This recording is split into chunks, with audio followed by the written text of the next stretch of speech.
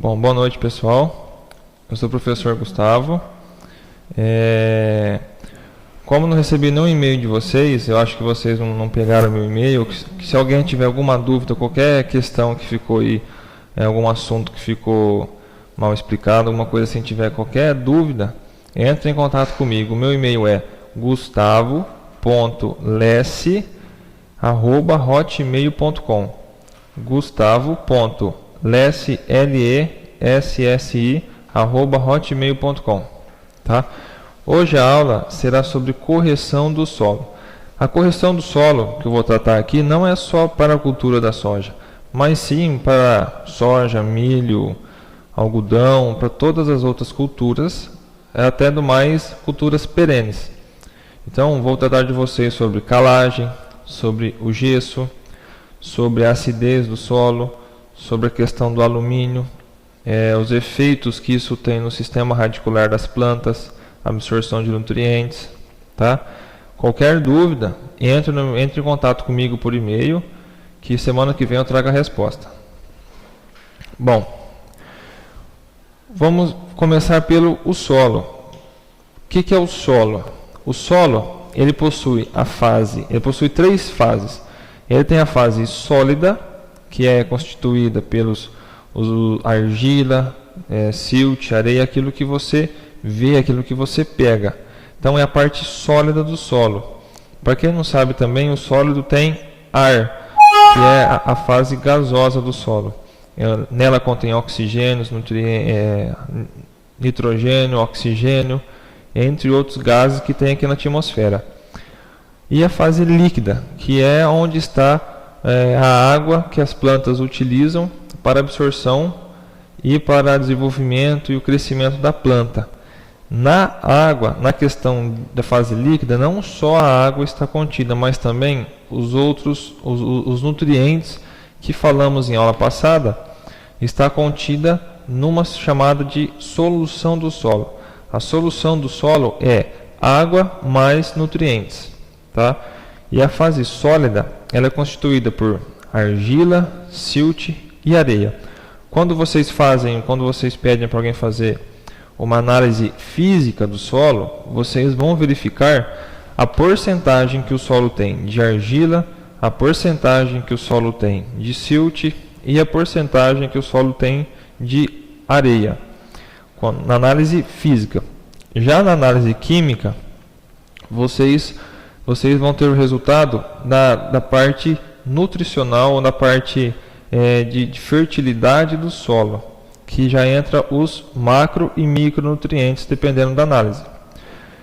E esses nutrientes, eles são muito pequenos, então eles não entram na questão da fase sólida, que eles são minúsculos, então eles entram na fase do solo, na fase líquida do solo, que é na solução do solo. Só para falar para vocês que a planta só absorve nos nutrientes que estão em solução do solo. Tudo aquilo que estiver na solução do solo, a planta tem capacidade e acesso de absorver essa água mais os nutrientes e assim fazer as suas reações dentro da planta, cada nutriente. Então, a fase líquida é constituída pela solução do solo.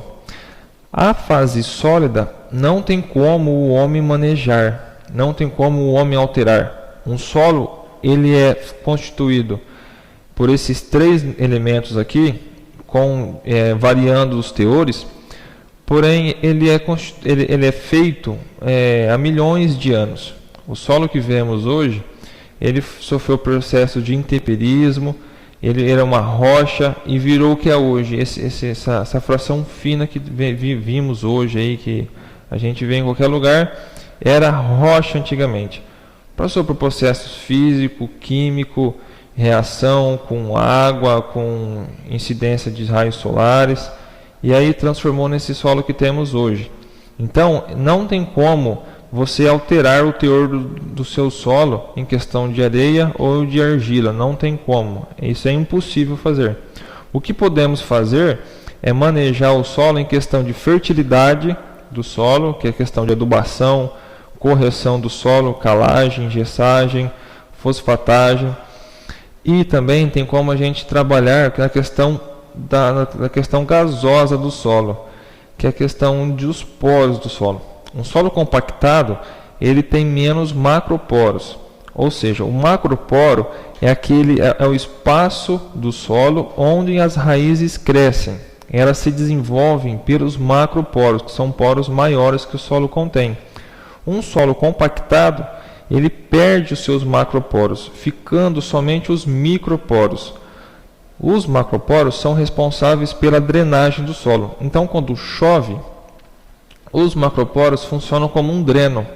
Ele que vai fazer com que a água lixivie nesses poros, não deixando muita água nas culturas, porque isso é indesejável. Quando um solo fica cheio d'água, fica saturado com água, ele perde a porcentagem de gás, de ar. Então, um solo, vamos assim dizer, completamente perfeito para a planta, para qualquer planta, ele tem que ter essas três fases: ar, sólido e líquido. Um solo encharcado, poucas plantas conseguem se desenvolver e crescer num solo encharcado. Exemplo, arroz irrigado, muito utilizado no Rio Grande do Sul. São assim, pouquíssimos exemplos. Plantas já adaptadas que ficam nos brejos, em riachos. Então, são casos muito extremos. Todas as outras plantas, com raras exceções, como o exemplo do arroz irrigado, se desenvolvem em solos que contêm ar, que contém a fase gasosa. Por quê? Porque o oxigênio ele é utilizado para as raízes desenvolver, crescerem, para os micro-organismos decompor as matérias orgânicas do solo. Então, o ar é extremamente importante na prática. Na prática, de forma de manejo, que podemos manejar com gradagem, subsolagem, conseguimos descompactar um solo, devolver a ele umas condições parecidas com as naturais, com as ideais para a planta desenvolver e crescer. Então, a fase gasosa do solo podemos manejar. A fase líquida, através de irrigação e chuva. Somente irrigação podemos manusear. Chuva não tem como, mas irrigação já podemos manusear a fase líquida do nosso solo. A correção do solo, que é você agindo na solução do solo. A correção do solo é a parte química do solo, é onde acontecem as reações do solo, que podem ser corrigidas por técnicas agrícolas. Exemplo da calagem, gessagem, fosfatagem e, além do mais, o plantio direto também interfere na correção do solo. No próximo slide, vemos que a correção da acidez hoje é um conceito que pela calagem evolui no sentido de racionalizar esta prática, visando obter melhores rendimentos agrícolas. Então, a calagem hoje é extremamente usada, porém deve-se tomar todos os cuidados técnicos de fazer uma boa calagem com recomendações técnicas, de acordo com as tabelas, com os números e fórmulas que os pesquisadores trazem. Então é importante saber que a calagem é sim extremamente importante, desde que você utilize todas as recomendações técnicas para fazer esta aplicação de calcário na sua propriedade ou no seu solo. No caso da soja, trabalhamos com um V% 60. O que é o V%? É a saturação por base ou a saturação dos elementos que o solo contém. É o total de nutrientes que a planta precisa para absorver e se desenvolver e completar seu ciclo. Então, o V% é o conjunto, é a somatória dos elementos necessários para a planta, não entrando todos, mas entra cálcio, manganês, potássio, entre outros, esses macronutrientes, e eles entram na fórmula para ver qual que é a porcentagem deles em relação aos demais nutrientes. Então, trabalha com o V% da soja de 60. Esse V% aqui entrará na fórmula que você fará a necessidade de calcário. E o teor de magnésio que precisa para a soja é de 5 milimols de carga por decímetro cúbico. Ou seja, é 5 milimols de carga, que é uma unidade que utilizamos na química e fertilidade do solo, por decímetro cúbico. Um decímetro cúbico de solo equivale a 1 litro de solo. Então, uma garrafa de 1 litro tem 1 decímetro cúbico, né? Só para vocês terem uma ideia de como é que é essas unidades. Bom, um ponto muito importante que vocês devem saber com certeza, o que é CTC. A CTC, todo mundo sabe, é até fácil falar, capacidade e troca de cátions. Mas o que vem a ser a CTC? É simples. A CTC são as cargas negativas que contém no solo e que faz com que essas cargas atraem cátions. Cátions são aqueles elementos que têm aquela carga de sinal positivo em cima dele. Por exemplo, o cálcio, o magnésio, o potássio, tem um sinal de positivo em cima do elemento. Aquilo são cátions. Os ânions são os que têm o sinal de negativo. Então, o cátion, ele é absorvido pelos colóides do solo. Colóides do solo são aquelas propriedades do solo que contêm carga, tanto carga negativa como carga positiva. Carga negativa, argila e a matéria orgânica. Então, a argila e a matéria orgânica contém carga negativa. Já o óxido de alumínio, de manganês, óxido de alumínio e de ferro possuem carga positiva. Então, os responsáveis pela CTC do solo é a argila e a matéria orgânica. Por quê? Porque eles contêm carga negativa.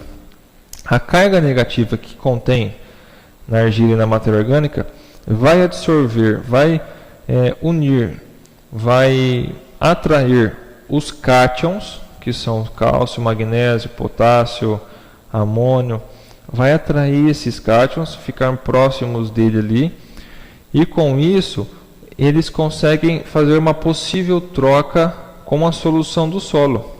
Eu disse agora há pouco atrás que a planta só absorve os nutrientes que estão na solução do solo. Então, quando a planta absorver, por exemplo, um cálcio da solução do solo, ali no solo tem uma reação de equilíbrio. E o que acontece? Quando a planta tirou um cálcio da solução do solo, os colóides, que é a matéria orgânica, e a argila, vai devolver ao solo, a solução, um cálcio, para entrar em equilíbrio. Então, a CTC é importante para isso. Ela mantém o equilíbrio dos nutrientes no solo. Então, por isso que se dá o nome de troca. O T que vocês veem aqui na CTC, o T é de troca. Troca do quê? Quem que troca o quê? Os colóides do solo trocam com a solução do solo, para sempre, a fim de entrar em equilíbrio. Ele sempre mantém equilíbrio. Então, a CTC é a capacidade de troca de cátions. É a capacidade que o solo tem de trocar cátions quando ele é absorvido na solução do solo para entrar em equilíbrio. Então, a CTC é isso. Um solo que contém mais matéria orgânica, mais argila, com certeza terá uma CTC maior. Por quê? Porque ele tem mais cargas negativas do que um solo com menos matéria orgânica, um solo com menos argila. Então, é isso que caracteriza a CTC. Então, lembrem que quando perguntarem a vocês alguma coisa, vocês verem sobre o assunto, lembram que a CTC ela se dá devido à argila e à matéria orgânica. Por que essa argila e matéria orgânica? Porque eles contêm carga negativa. A carga negativa é responsável por absorver os cátions, que quando um cátion, quando ele é absorvido na solução do solo pela planta, a matéria orgânica ela tem a função de disponibilizar o cátion que ela absorveu para a solução do solo. Então ela faz essa troca de cátions, então que se dá o nome de CTC. e ela faz com que os nutrientes ficam absorvidos nos colóides do solo, havendo assim, sempre que extraído pela planta, uma reposição na solução do solo. Então, já aí se dá o nome que o solo funciona como um reservatório. É isso mesmo, o solo é um reservatório. Quando ele é absorvido pela planta, o solo repõe os nutrientes na solução do solo. E isso ficando em constante equilíbrio durante anos e anos, até o momento em que os nutrientes começam a acabar, até o momento que os nutrientes começam a diminuir suas quantidades. E como que faz para repor esses nutrientes? É somente através da adubação e através do plantio direto, que você mantém a palha vai se degradando com o tempo, vai liberando os nutrientes e devolve ao solo os nutrientes que ela absorveu durante a sua vida.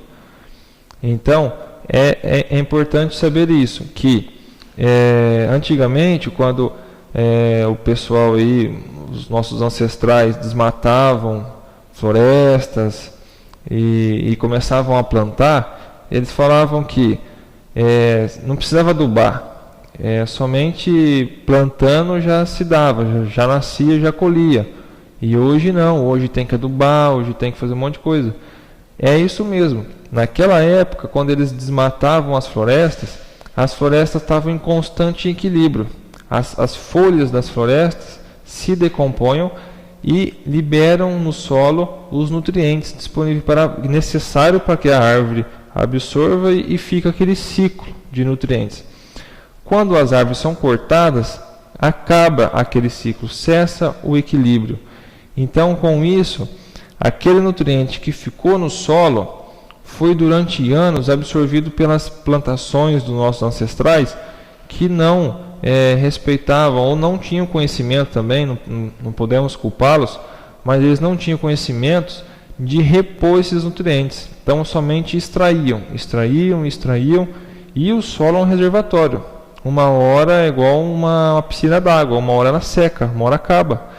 Então, com isso, hoje já sabemos, já conhecemos por normas técnicas, informações, de que é importante fazer uma boa adubação conforme a análise química do solo.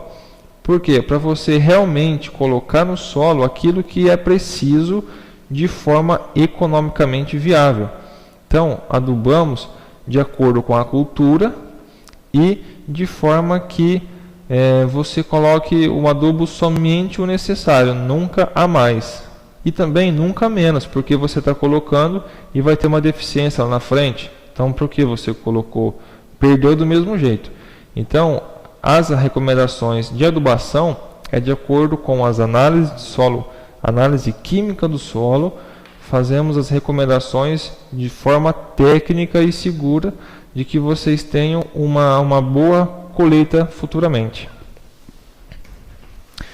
Bom, a absorção radicular, ela se dá na solução do solo. A planta só absorve aquilo que está na solução do solo, né? Então, a absorção de nutrientes pela planta provém da solução do solo, que é água mais nutrientes. Porém, a CTC tem por função repor os nutrientes. Disse agora há pouco. A CTC repõe os nutrientes que foram absorvidos na solução do solo pela planta. E a fim de abastecer as exigências do vegetal, funcionando como um reservatório de macro e micronutrientes.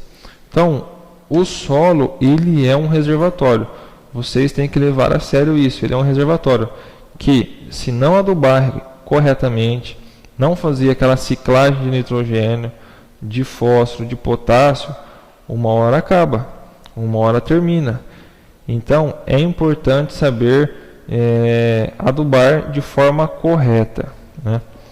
Então, é somente na solução do solo que o nutriente é absorvido pela planta. Os objetivos da calagem, ela tem por fim neutralizar o pH do solo, ou seja, dar as condições necessárias de questão de acidez para que a planta se desenvolva e cresça o sistema radicular. Por quê? Porque a acidez do solo é um dos pontos negativos do solo. Um solo muito ácido, você pode falar que é um solo ruim ou um solo pouco fértil por causa da acidez. Então isso é um problema que enfrenta essas condições em campo, solos ácidos. Então a calagem tem por objetivo neutralizar essa acidez, fazendo com que o solo fique em condições ideais para o desenvolvimento daquela cultura ou de diversas culturas. Não só isso, você trabalha com o sistema radicular da planta, mas também em questão de micro-organismos. Você diminuindo a acidez do solo, aumentando o pH, você faz com que a atividade microbiológica daquele solo aumente. Com isso, você tem uma ciclagem de nutrientes, a matéria orgânica é decomposta, mais podemos falar rapidamente, já entrando em ciclo com os outros nutrientes além do solo. Então, a neutralização do pH se dá benéfica desta forma. Além disso, o calcário ele tem muito cálcio e magnésio, que são os nutrientes principais dele. Então, com isso, você faz a calagem incorporando o calcário no solo. Quando você incorpora o calcário no solo, você, além de tudo, de neutralizar o pH, você está aqui mais ou menos que quase adubando o solo, adicionando cálcio e magnésio. Então, pode-se quase falar que é um adubo de cálcio e magnésio. É errado falar. A calagem ele age na correção do solo, mas também ele fornece cálcio e magnésio para o solo e ficar disponível para as plantas. Então ele também tem por função fornecer cálcio e magnésio. Além de tudo, ele aumenta a CTC do solo. Ele faz com que as cargas negativas do solo se aumentam, fazendo com que diminui o pH do solo, quem é responsável pelo pH do solo é o H+, que é o hidrogênio com carga positiva, é um cátion.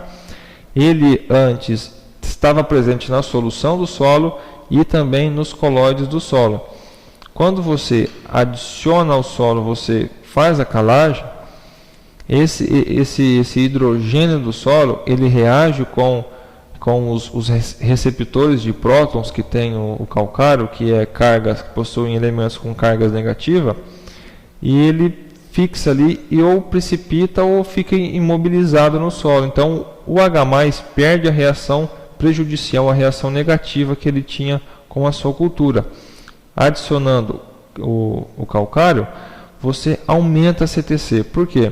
Porque os espaços que eram preenchidos pelo H+, que é pelo hidrogênio, começam a ser preenchidos pelo cálcio, pelo manganês, pelo magnésio, pelo potássio. Começa a entrar outros cátions no lugar do hidrogênio, que é um H+. Então, com isso, aumenta a CTC de modo benéfico. Você começa a fornecer mais cátions positivos, que são o cálcio e o manganês e o magnésio, para a sua planta, para a sua cultura. Além do mais,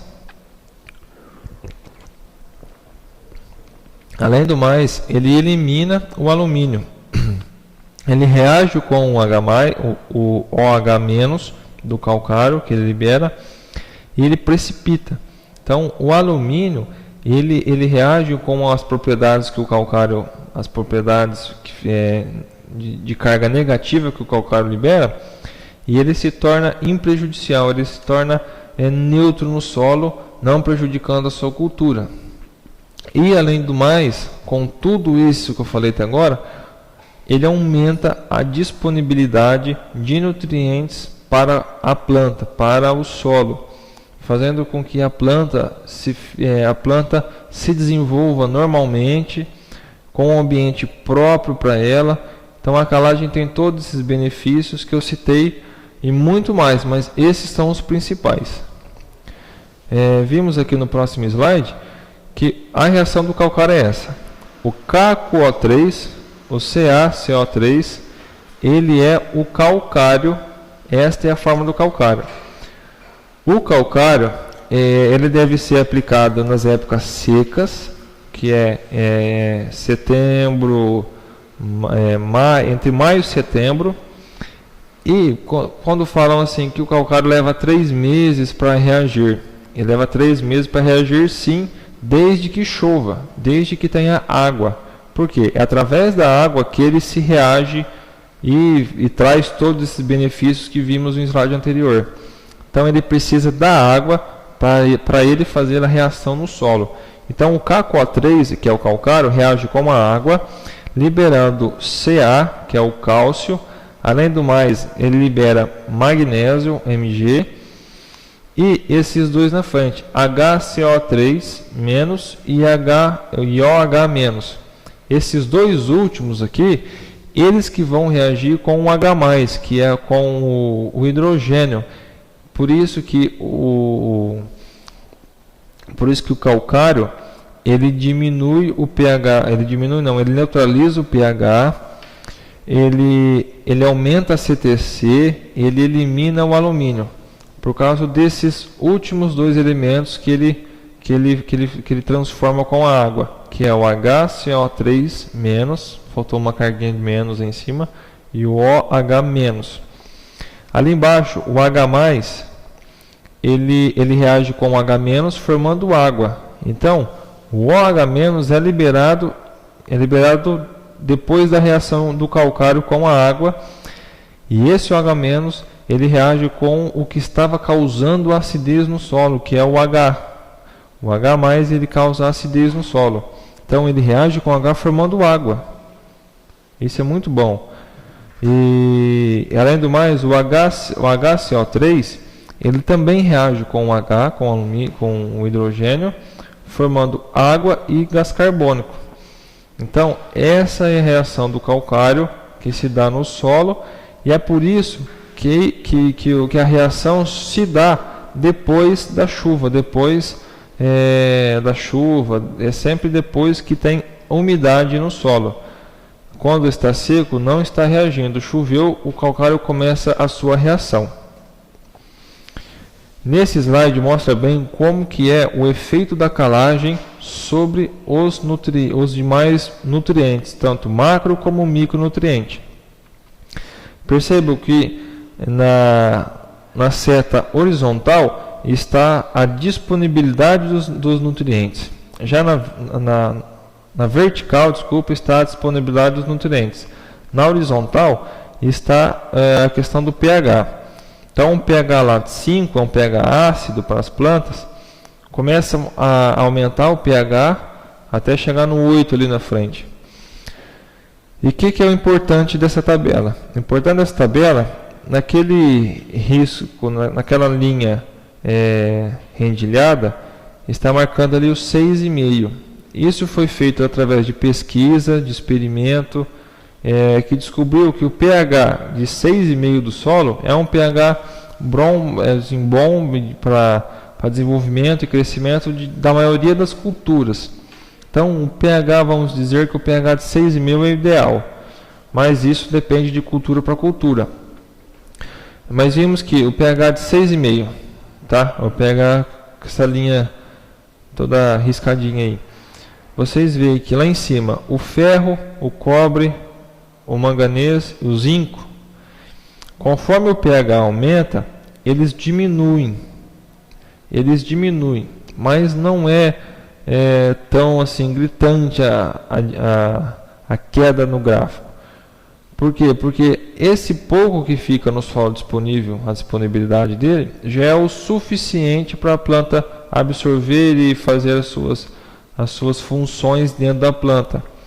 Então, é o que necessita para a planta até algo a mais. Então, o ferro, o cobre, o manganês e o zinco, eles diminuem sim, mas não a nível de chegar a interferir a sua produção ou a desenvolvimento da sua planta. Então é importante vocês verem isso e saber que isso é normal, isso é comum que aconteça, é normal, já é esperado, e que esses níveis da queda do gráfico não chegam a níveis críticos que vão causar deficiência. Tá? Já vendo o molibdênio e o cloro, no gráfico aqui a reta deles está em crescente. Então, conforme aumenta o pH, conforme vai adicionando o calcário, o molibdênio e o cloro aumenta. Assim também o fósforo. O fósforo faz essa curva que vocês veem o pezinho do fósforo, essa curva, e onde ele atinge o pico lá em cima, que é lá por volta de uns 6,2 de pH, a hora que chega no 6,5 ele estabiliza. Ele estabiliza até um ponto que você vai aumentando o pH, ele já começa a cair no gráfico. O gráfico já começa a cair. Então, isso é importante ver que até um pH, que aqui foi o 6,5, o fósforo está totalmente disponível para as plantas, está no seu máximo de disponibilidade. A partir do momento que você faz uma calagem incorreta, você faz uma calagem sem recomendação técnica de qualquer forma, joga lá 2 toneladas sem fazer nenhuma análise química do solo, acontece isso. Você joga demais, o pH do solo aumenta demais e a disponibilidade de alguns nutrientes começam a diminuir. Então, por isso que é importante fazer uma boa calagem em cima da sua análise química, por causa dessa deficiência que vai causar devido ao excesso de calcário. Já o nitrogênio, o enxofre e o boro faz uma curva assim que não tão abrupta igual a do fósforo, mas uma curva mais ou menos que em formato normal. Que isso quer dizer? Que do mesmo modo você vai fazendo a calagem, então tá um pH ácido, vai fazendo a calagem, vai aumentando a disponibilidade desses três, vai aumentando, até que um ponto chega no ideal, no ótimo, que é o pH ali entre 6 e 6,5.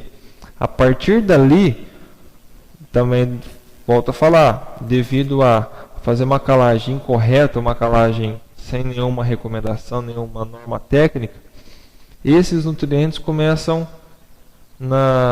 a cair, começam a causar deficiência na sua planta. É o mesmo assunto do fósforo. É importantíssimo fazer uma calagem correta.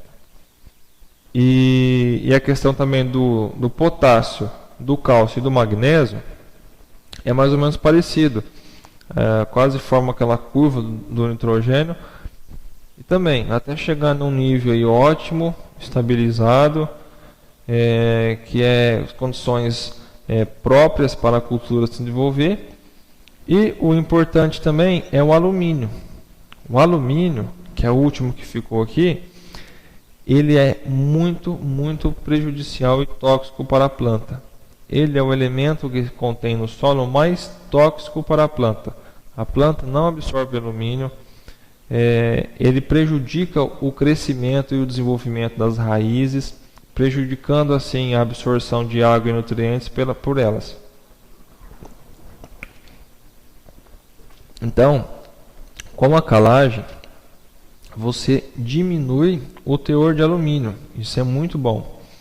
Você diminui até que um ponto ele estabiliza, que é o que procuramos, diminuir os efeitos tóxicos do alumínio no solo. Bom, a calagem tem por finalidade então de neutralizar o pH e elevar os níveis, os teores de cálcio e magnésio. Para fazer a conta de quanto o seu solo necessita de calagem, para o estado de São Paulo, segundo o IAC em 83, publicou essa fórmula aqui, que é a necessidade de calcário. Ela a fórmula sai em unidades de toneladas por hectare, e ela entra o V2 no caso da soja é 60%, Aí você usa o V2, você usa da cultura que você vai plantar. Onde você descobre qual é o V2 daquela cultura? Em livros, na internet, com uma boa fonte, em pesquisadores. Isso é fácil de achar. Por exemplo, vou plantar algodão. Qual que é o V do algodão? Isso é muito fácil de achar na internet, em livros você acha com facilidade. No caso nosso aqui, que é da soja, o V%, o V2, que é o V% da soja, é 60%. Então você vai entrar com o valor de 60 no V2, mais o V1. O V1, você vai pegar o V1 da sua análise de solo. Análise química do solo, vem o V% do seu solo. Então você coloca aqui no lugar do V1, o V que veio na sua análise do solo, vezes a CTC. A CTC que falamos agora há pouco, entra aqui. A importância dela entra aqui nessa fórmula. A CTC, ela é usada nessa forma de calagem, e a CTC que você vai colocar aqui, o valor que você vai utilizar aqui na fórmula, é aquele que vem na sua análise química do solo. Então você pega na sua análise química do solo o V1, que é o V% que veio na sua análise, e também a CTC. Tudo dividido por 10. 10 é uma questão de fatorial de transformação por tonelada, vezes o PRNT do calcário. Quando você vai comprar um calcário, o vendedor vai te informar de qual que é o PRNT daquele calcário. Então, isso é extremamente importante. Por quê? Porque você vai usar aqui na fórmula. Você vai inserir o PRNT que o vendedor vai te passar aqui nessa fórmula para necessidade de calagem. Então, entra aqui nessa fórmula o PRNT do calcário que você está comprando. Geralmente varia aí de 80, 85, 87, 90. Então, varia o PRNT de calcário para calcário.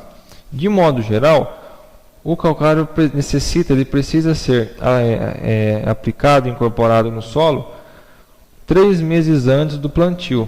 Esse é o padrão, é o que recomenda. Então, 3 meses antes de você plantar, você deve fazer a calagem de forma correta, seguindo a análise química do solo, utilizando fórmulas. Para o estado de São Paulo, essa é a melhor forma, é a melhor fórmula que tem para calcular a necessidade de calagem. Já para os estados do Mato Grosso, Goiás, Mato Grosso do Sul, possuem outras fórmulas. Umas fórmulas que entram alumínio, que entram alguns fatoriais. Então, para cada estado tem a sua fórmula. Essa é para o estado de São Paulo. Para os alunos de outros estados, vocês procuram saber na CAT, alguns órgãos aí que tem de agricultura, em livros, qual que é a melhor fórmula que se adapta aos solos da região. Para o estado de São Paulo, de modo geral, é essa fórmula aqui, a principal. Então, falamos da calagem. E outra coisa importante. A calagem, eu vou falar aqui para frente, ela se dá na camada de 0 a 20 centímetros de solo.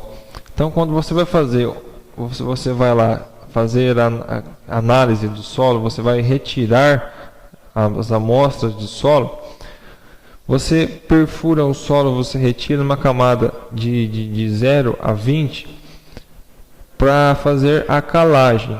Então você separa de 0 a 20 para usar na calagem e de 20 a 40 para você usar na gessagem. A calagem então é até 20 centímetros de solo. Já na gessagem, que é de 20 a 40, chamamos de uma área do solo, de uma camada do solo subsuperficial ou subarável, uma camada do solo arável. Então, essa é a camada que nós vamos usar para fazer a gessagem. Então, eu vou mostrar para vocês como que é feito isso.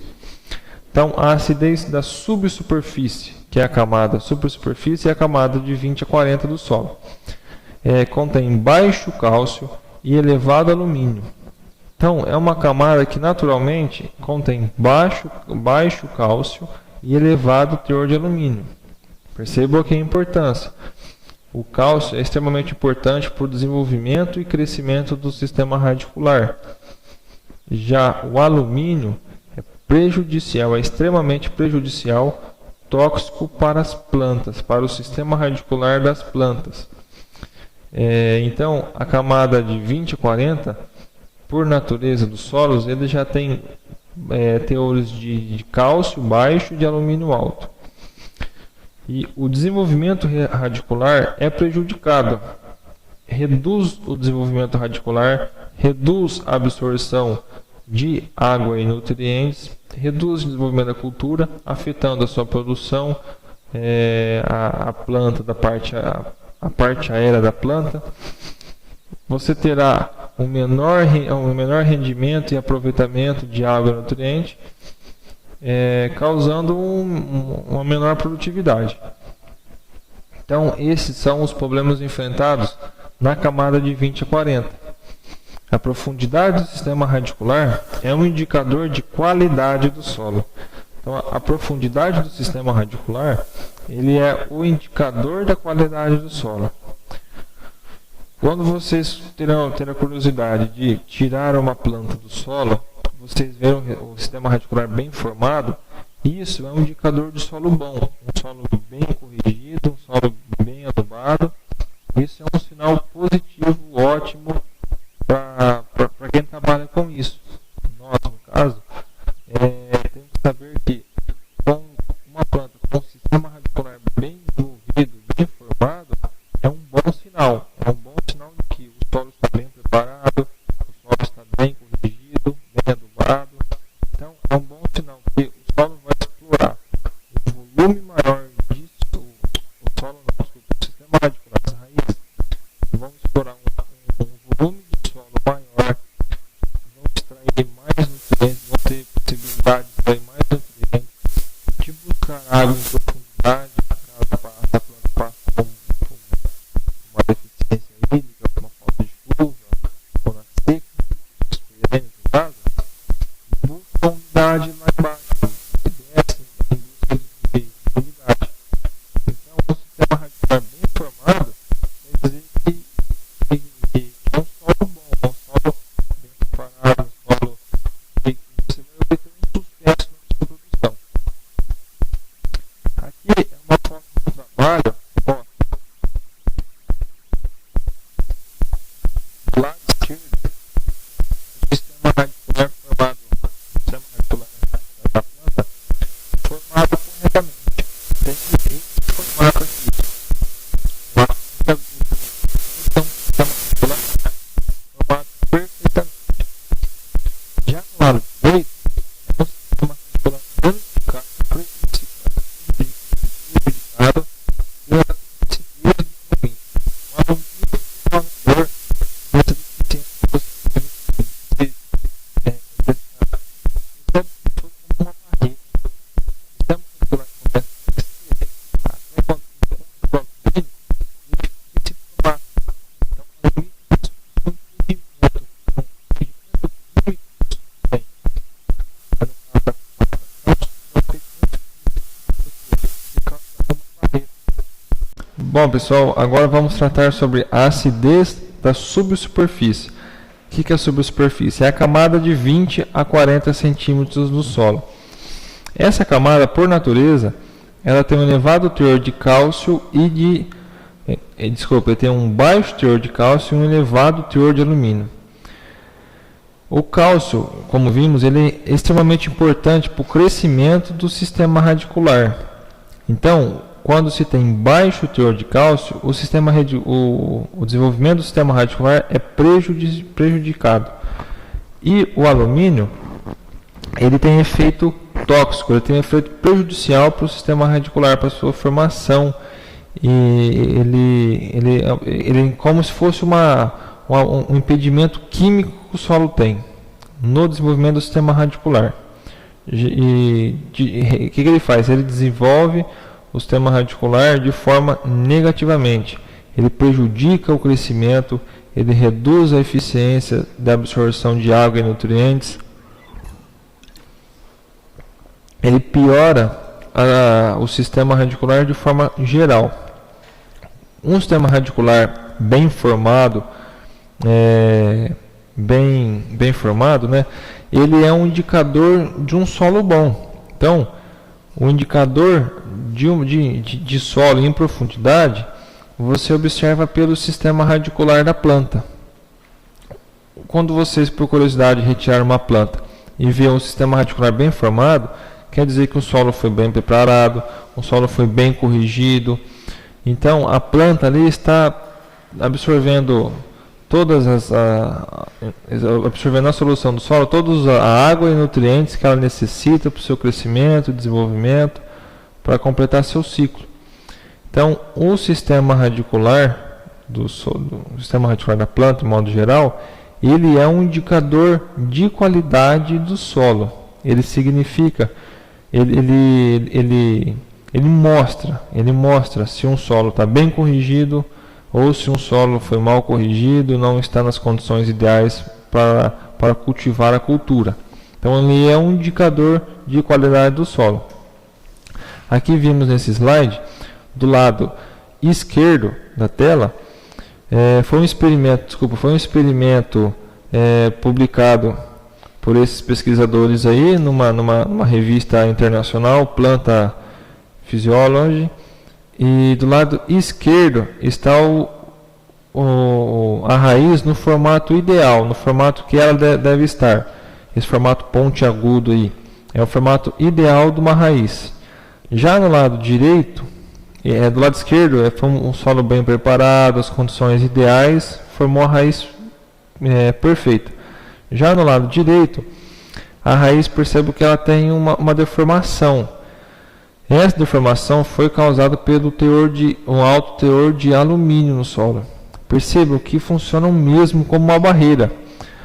O sistema radicular da planta entra em contato com o alumínio e ele breca, ele cessa o crescimento radicular da planta, fazendo com que forma esses impedimentos.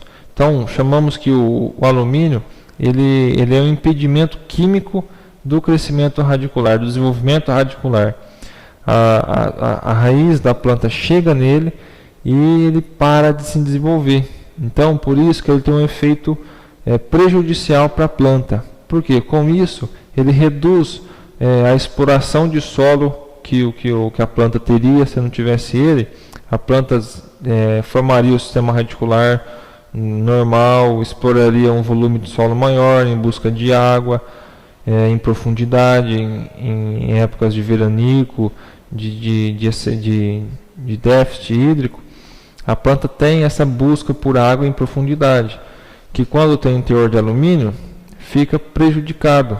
Ele para o crescimento do sistema radicular, afetando a planta desde o início até o final da cultura. Então, a gessagem é isso. A gessagem é a adição de gesso. A calagem é a adição de calcário. A gessagem é a adição de gesso. Então, o gesso é composto dessa maneira. CaSO4, 2H2O. Então, o gesso tem água na sua fórmula. E, além do mais, ele tem cálcio, enxofre e oxigênio. Ele tem sulfato. Além do mais, ele tem P2O5, ele tem fósforo. O que mais que ele tem de importante aqui? Bom, é isso. O importante é isso, que ele tem cálcio, enxofre, ele tem fósforo. Então, essa é a composição química do gesso. A correção do subsolo, que da camada de 20 a 40, onde trabalhamos com gesso, o CaSO4 do gesso, ele precipita para o subsolo, ele precipita nas camadas de 20 centímetros, 40, 50 ou mais, aumentando o teor de cálcio naquela camada, naquela região do solo. Ele aumenta ali o teor de cálcio e diminui a concentração de alumínio. Então, o que ele faz? O gesso é como se fosse uma adubação de cálcio. Quando você faz a gessagem, você está adubando a camada de 20 centímetros para baixo, até uns 40, 50 centímetros, cálcio. Com isso, você diminui aquele efeito prejudicial, aquela concentração que tinha de alumínio. Então, o alumínio perde aquele poder prejudicial que ele tinha no início, porque você aumenta os teores de cálcio naquela região, diminuindo o efeito do alumínio. Então, o cálcio ele começa a predominar naquela camada, diminuindo e deixando menos prejudicial o alumínio. Então, esse é o principal fator de reação do gesso. Com isso, haverá maior resposta de gesso quando a saturação por alumínio estiver maior do que 30% e o teor de cálcio menos que 4 milimol de carga por decímetro cúbico. O teor de alumínio, 30%, geralmente vem nas fórmulas, vem na análise química do solo, já te dá o M%, que é a saturação por alumínio 30%. E o teor de cálcio de que 4 milimols de carga por decímetro cúbico. Haverá maior resposta do gesso nessas condições. Então, por isso que se trata aqui, quando um solo tem 30% de saturação por alumínio e 4% ou menos de milimol de carga por decímetro cúbico de cálcio, é quando fazemos a gessagem. É nessas condições, quando o solo estiver nessas condições, entramos com a gessagem. Mas como que nós entramos com a gessagem? Quanto de gesso adicionar? Para culturas anuais, a fórmula é essa. A dosagem de gesso se dá em quilos por hectare, que é os 50 vezes o teor de argila do solo. Então, para adicionar gesso no solo, você necessita de ter em mãos a análise química do solo, para ver o teor de alumínio na camada de 20 a 40 e o teor de cálcio na camada também de 20 a 40. E, além do mais, você necessita da análise física do solo, para você ter em mãos o teor de argila que o solo tem. Porque o teor de argila vai entrar na fórmula. Então, é 50 vezes o teor de argila, né? Para culturas anuais. Já para culturas perenes, você entra com quilos por hectare de gesso com 75 vezes o teor de argila. Então, por isso é importante vocês saberem que quando for fazer uma recomendação de gesso, é preciso ter em mãos uma análise química e física. A química para você ver o teor de cálcio e alumínio na camada de 20 a 40 e análise física para vocês verem o teor, a porcentagem de argila que o seu solo tem. Então, de modo geral, um resumo de tudo é isso. Na camada de 0 a 20, você trabalha com o calcário. Então, na camada, quando você vai fazer uma análise, você vai usar os valores de cálcio, de UV%, CTC, na camada de 0 a 20, para fazer a recomendação do calcário. Então, aquele V1 que eu falei que vocês vão retirar da análise química e da CTC, vai ser na camada de 0 a 20, para entrar na fórmula do calcário. Já na fórmula do gesso, que é feito na camada de 20 a 40, quando vocês fazem a amostragem de 20 a 40, vocês vão usar o cálcio, ver se o cálcio está menor que 4 milimols de carga por decímetro cúbico e ver se a saturação por alumínio está maior que 30%. Se estiver, vai ter que fazer a gessagem. Tendo que ser feita a gessagem, vocês precisam ter análise física do solo para saber o teor, a porcentagem de argila que o solo contém para entrar na fórmula. Então, quero que vocês fiquem na cabeça de vocês, que o calcário é numa camada de 0 a 20 e o gesso é na camada de 20 a 40. Então trabalhamos dessa forma. Então o gesso é mais solúvel do que o calcário. Percebam isso, que tanto o gesso como o calcário é aplicado na superfície do solo. Mas por que o gesso vai na camada de 20 a 40 e o calcário fica ali de 0 a 20? Porque o gesso ele é mais solúvel que o calcário. Com isso, após uma chuva, ele consegue precipitar, ele consegue descer para a camada de 20 a 40. Então, aqui é uma tabela mostrando o gesso agrícola, a solubilidade que ele tem em relação ao calcário. Então, o KCO3 que vocês estão vendo aqui com PRNT igual a 100% é o calcário. A solubilidade dele é 0,0014.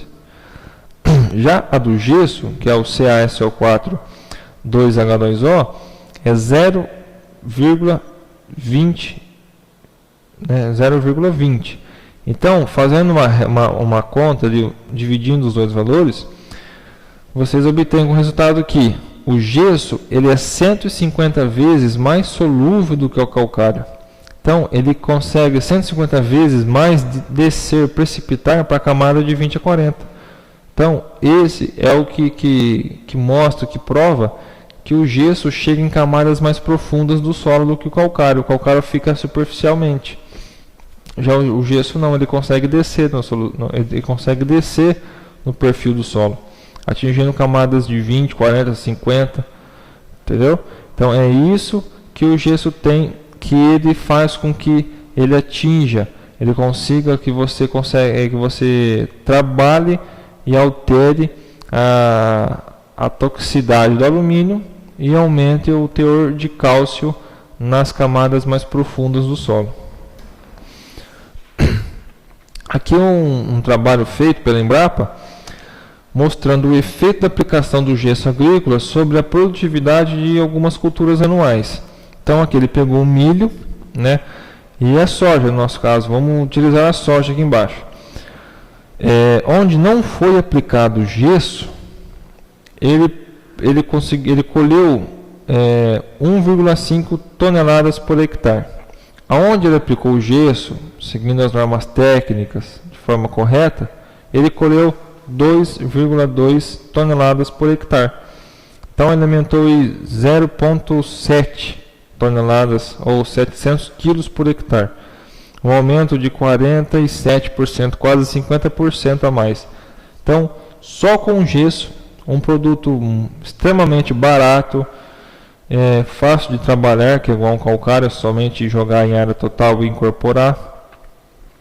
Então, só utilizando o gesso, ele conseguiu uma produção de 50% maior do que aonde não foi aplicado o gesso.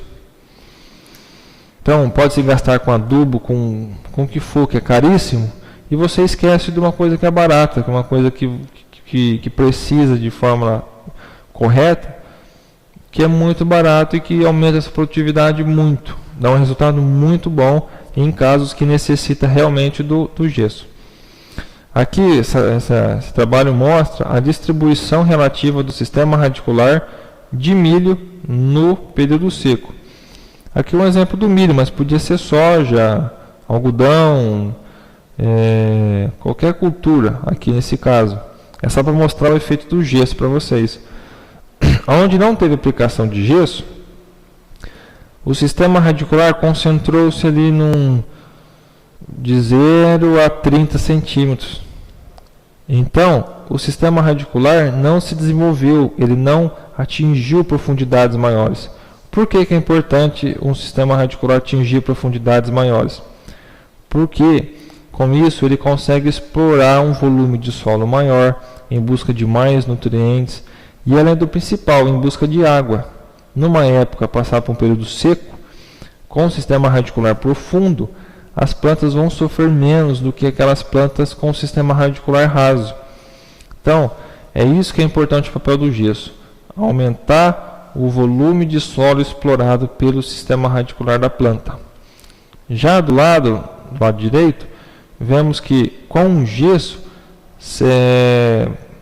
o sistema radicular explorou volume de solo maior. A porcentagem do sistema radicular desceu no perfil do solo, explorando mais solo em busca de água, nutrientes. Então a planta mais pronta para completar seu ciclo, podendo passar por uma seca, um veranico curto de seca, explorar mais solo. Com isso a planta se desenvolve mais, produz com certeza mais. Então esse é um papel importante, quero que fique marcado para vocês, esse daqui, a porcentagem do sistema radicular no solo onde não foi aplicado gesso e onde foi aplicado gesso. Então, a interpretação dos resultados da análise química do subsolo. É preciso primeiro diagnosticar possíveis condições desfavoráveis ao desenvolvimento radicular, que é aquela barreira química que eu falei, questão do alumínio. E obedecer aos critérios técnicos, que é somente fazer gessagem quando o teor de cálcio for menor do que 4 milimols de carga por decímetro cúbico e os teores de alumínio for maior que 5 milimols de carga por decímetro cúbico, associado com a saturação por alumínio, que é o M, maior que 40%. Importante para a gessagem, a necessidade de gesso. Aqui já vem uma outra fórmula. É isso que eu falo, cada estado trabalha de um jeito, cada região tem uma melhor fórmula que responde à gessagem ou à calagem. Aqui no caso é uma outra fórmula, que a necessidade de gesso é 6 vezes o teor de argila em gramas por quilo. Lá naquela outra era 50 vezes o teor de argila em porcentagem. Aqui não, aqui a unidade de argila que você tem que usar, que vem do laboratório da análise física, é em gramas por quilo. Então é 6 vezes o teor de argila em gramas por quilo. No próximo slide vemos a aplicação do calcário antes do gesso. Então, quando alguém perguntar, muitos se perguntam, quando eu devo aplicar o gesso? Você aplica, segundo o slide anterior, vimos os critérios técnicos, utilizando a análise química e física. A análise química você vai ver se o teor de cálcio está menor do que 4 milimols de carga por decímetro cúbico e o teor de alumínio está maior que 5 milimols de carga por decímetro cúbico, ou maior que 30 ou 40% de M, do M, que é a saturação por alumínio. E você pega na análise física o teor de argila. Se for em porcentagem, você usa lá 40 para anuais e 70 para perene. E você, se vir em gramas por quilo o teor de argila, você usa a do slide anterior, que é 6 vezes o teor de argila em gramas por quilo. Então, a época correta de fazer a gessagem é após a calagem. Por que quando após a calagem? Então vocês vão aplicar o calcário 3 meses antes aí do plantio. Dá um tempo aí de um mês e meio, vocês fazem a gessagem. Ou quase próximo do plantio, um mês antes do plantio, você faz a gessagem. Por quê? Porque o calcário ele corrige a acidez do solo. As cargas negativas serão ocupadas por cálcio e magnésio. E ocorrerá menor adsorção do SO4 2-. Então, ocorrerá menor adsorção, ele estará mais disponível na solução do solo. Então, quando o cálcio e o sulfato eles permanecem na solução do solo, terá uma maior descida. Eles vão precipitar, eles vão ir lá onde eles devem ir, na camada de 20 a 40, que é o sulfato e o cálcio. Então, no próximo slide, para vocês, a título de curiosidade, acho que vocês, maioria, já viram uma análise química do solo. Essa é uma análise química. Análise química padrão tem que ter uma assinatura de um responsável, geralmente um professor responsável, um selo de qualidade que garanta que o laboratório está com os equipamentos em dia, que tem manutenção correta, tudo mais. E aqui, vamos dizer ali, amostragem número, ali embaixo, SOLIC, de 0 a 20, aí de baixo, de 20 a 40. Então, quando eu vou fazer uma calagem, eu vou utilizar os valores da camada de 0 a 20. Então você vai aqui, pegar lá a CTC, que é o 42,5, e o V% do solo, que é 44. Então esses dois valores você vai utilizar na calagem. Já na camada de 20 a 40, você vai utilizar o cálcio, está 11 milimols de carga. Então, nesse caso, não vou precisar fazer a gessagem. Por quê? Porque o cálcio já está em 11. E o alumínio está 0,7. Lá eu falei que ele tem que estar maior que 5 milimol. Então, segundo essa análise de solo, não precisa fazer a gessagem. Somente a calagem se for necessária, dependendo da cultura. Então, esse aqui é uma página do Boletim 100. Que é um livro base da adubação do estado de São Paulo, feito pelo IAC,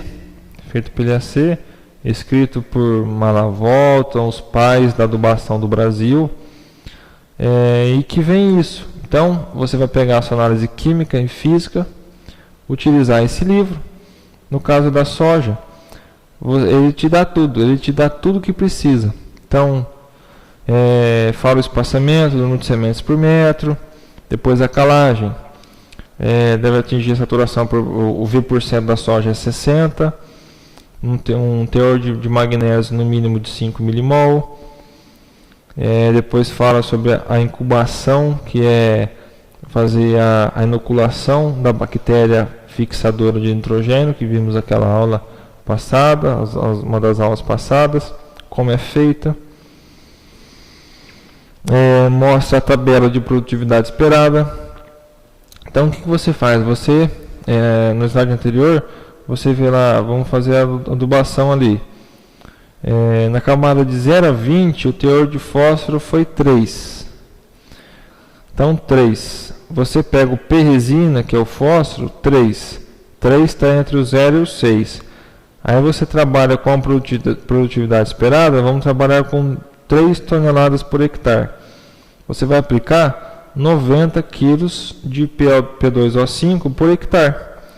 Então, é muito simples e fácil, desde que você tenha as análises em mãos e saibam fazer as recomendações certas, tanto de fósforo e de potássio. Aí fala que não é possível obter essas produtividades com a aplicação localizada de fósforo em solos com teores muito baixos de fósforo. Empregar 15 kg por hectare de enxofre para cada tonelada de soja produzida. Em solos de eficiência de manganês, que é manganês no solo até 1,5 mg por decímetro cúbico, aplicar 5 kg por hectare de manganês. Nas dosagens, aqui importante, nas dosagens acima de, quando você fazer a análise ali e dá uma aplicação de 50 kg por hectare de K2O, que é de potássio, você deve fracionar essa adubação. Você deve fazer essa aplicação metade no plantio e metade de 30 a 40 dias para solos arenosos, que é o nosso caso aqui, a maioria do Noroeste Paulista, alguns lugares do Mato Grosso, Goiás. Se der mais que 50 kg por hectare de K2O, você deve fracionar essa aplicação, aplicar 30, 40 dias depois a outra metade. Então aí depois fala aqui nas observações, a má distribuição ou a incorporação muito rápida do calcário pode prejudicar ou agravar a deficiência do manganês, resultando na queda da produtividade. No cultivo de primavera-verão, que é onde cultivamos soja, a incubação das sementes dispensa adubação nitrogenada. Então, com a incubação, com a inoculação daquela bactéria fixadora de nitrogênio, você dispensa a adubação nitrogenada, você não precisa mais de adubação nitrogenada, diminui o seu custo. Então, utilizando uma coisa natural para seu benefício. E depois, em solos arenosos, ácidos, pode ocorrer deficiência de molibdênio, deficiências de micronutrientes na soja são raras no estado de São Paulo. Na suspeita de ocorrência, realizar a análise do solo e análise foliar. Uma vez constatada a deficiência, pode-se aplicar com adubação de semeadura as seguintes quantidades: 5 kg por hectare de zinco, 2 kg por hectare de cobre e 1 kg por hectare de boro. Vocês imaginam aplicar 1 kg de hectare de boro por hectare. 1 kg de boro por hectare. Imagina distribuir um saquinho de 1 kg no hectare. É muito difícil, complicado. Os livros trazem esses dados, mas em campo é muito difícil. É muito complicado fazer isso. Então, eu queria mostrar para vocês como é utilizada uma adubação. É isso daqui. Para o caso da soja, essas simples 2 páginas. Muito simples e fácil. Bom, pessoal, ficamos por aqui hoje. Semana que vem estarei de volta. Qualquer dúvida, qualquer assunto que ficou aí com dúvida, criou qualquer coisa, entra em contato comigo, manda no meu e-mail a pergunta. Semana que vem eu trago para vocês a resposta. Então, o meu e-mail é gustavo.lesse@hotmail.com. Obrigado, pessoal, e até semana que vem. Tchau.